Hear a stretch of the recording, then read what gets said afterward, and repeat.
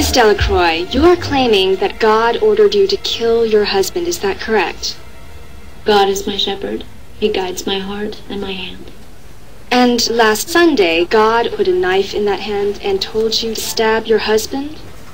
Yes. I can't believe her lawyer let her do this interview. She fired her lawyer. You're kidding. She 86 Jeffrey? She refused any further psych exams and she fired him. Her sister and her church are handling things for now. And her church thinks a confession on the local news is a good plan? And they're trying to sway public sentiment, taint the jury pool. Believe me, I almost wish they would have found her incompetent. I gotta tell you, boss, having to go after this woman's twisted idea of God, that's not a good day in court. Why do you think God wanted your husband dead? The devil had taken his soul. So you killed him?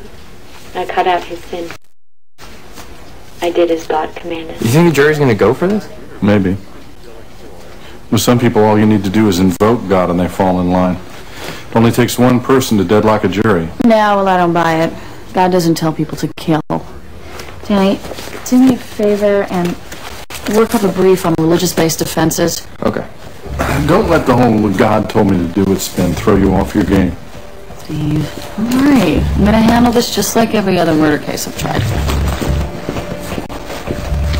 She's only tried 2 murder cases. Yeah, but she won them both.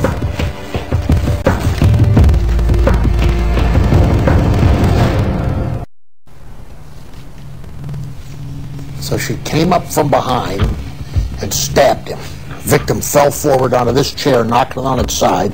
She stabbed him 2 more times, leaving the knife buried to its hilt. This was not a happy housewife. Anywho, the blood trail goes back into the kitchen where he grabs his keys. His car keys? Maybe he thought he could drive himself to the hospital. Staggers outside, face plants in the yard. Not many signs of chaos and discord in the house. She said that he was demon-possessed, but there are no signs of drugs, alcohol, or porno magazines. There's still the computer. We'll get to that this afternoon. Except there's a big, fat internet history file. And what about their financials? Big box of receipts. They did keep track of their money. Good. We need a clear motive based on their life together. They say women kill men for 3 reasons: infidelity, abuse, and every once in a while for money. Given that she stabbed him 3 times, let's focus on the cheating and the beating. Done. Barry and Cindy were the first couple that I married here. Back when this church met in a storefront. They're high school sweethearts. They had their whole lives in front of them. So you knew them well. Yeah.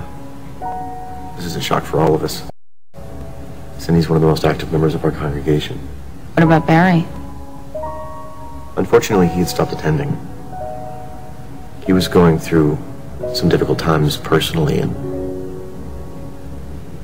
he couldn't reconcile his feelings with the tenets of our religion. Were they having marital problems? They came to me for counseling about a year ago. They were at a crossroads. Barry wanted to go one way, Cindy wanted to go another. It came to a point in therapy where I think Barry wanted me to counsel them to divorce. He brought it up several times, but Cindy was adamantly opposed. She did not believe in divorce. Was Barry unfaithful to her?